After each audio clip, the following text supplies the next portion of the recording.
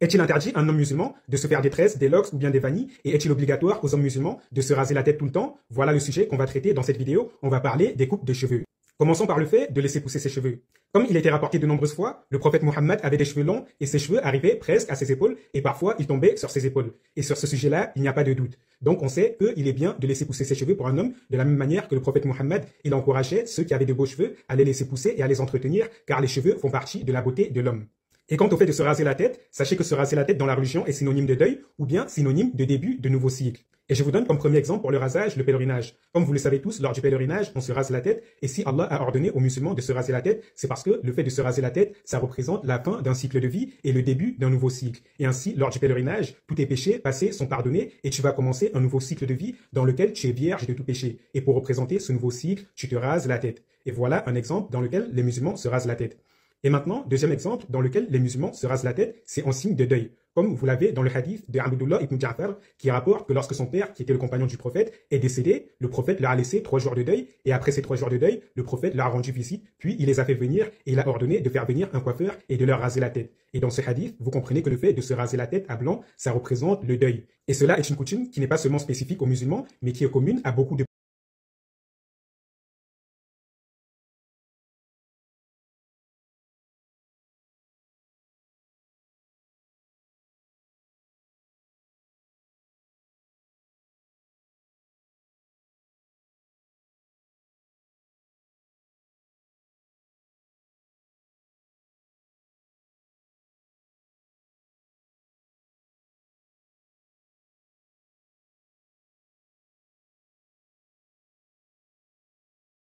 dans la religion. Pour le pèlerinage, parce que ça représente la fin d'un cycle de vie et le début d'un nouveau cycle, et lorsqu'une personne décède. Et bien sûr, cela est spécifique que aux hommes. Une femme ne doit pas se raser la tête quand une personne décède dans sa famille. Pour les femmes, c'est interdit de se raser la tête parce que c'est signe de lamentation, c'est les tresses. Est-ce qu'il est permis à un homme musulman de se tresser les cheveux? On a le hadith de Hani qui dit قدم النبي صلى الله عليه وسلم مكة وله 4 غدائر. C'est-à-dire que le prophète entra à la Mecque alors qu'il avait les cheveux tressés en 4 tresses. Et déjà pour présenter qui est Hani, c'est la sœur d'Ali ibn Abi Talib, le compagnon du prophète. Et c'est la fille de Abu Talib, l'oncle du prophète. Hani, c'est la sœur d'Ali et la fille de l'oncle du prophète, Abu Talib, qui a soutenu le prophète. Donc, c'est elle qui rapporte cette information que le prophète, lorsqu'il est entré à la Mecque, il avait les cheveux tressés en 4 tresses.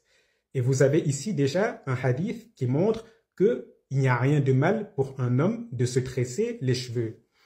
De la même manière qu'on sait qu'il était de coutume chez les Arabes ainsi que chez les Sémites de se tresser les cheveux.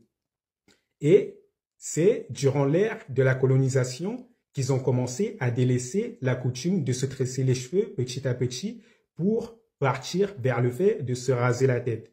Et vous avez même les informations venant des premiers colons, lorsqu'ils sont rentrés dans la péninsule arabique, ils ont rapporté comme information que les Bédouins, ils avaient les cheveux tressés. Donc là, vous voyez qu'il est normal dans la religion de se tresser les cheveux pour un homme parce que le prophète s'est tressé les cheveux et parce que le prophète n'a jamais dit qu'il y avait quelque chose de mal à cela. Bien au contraire,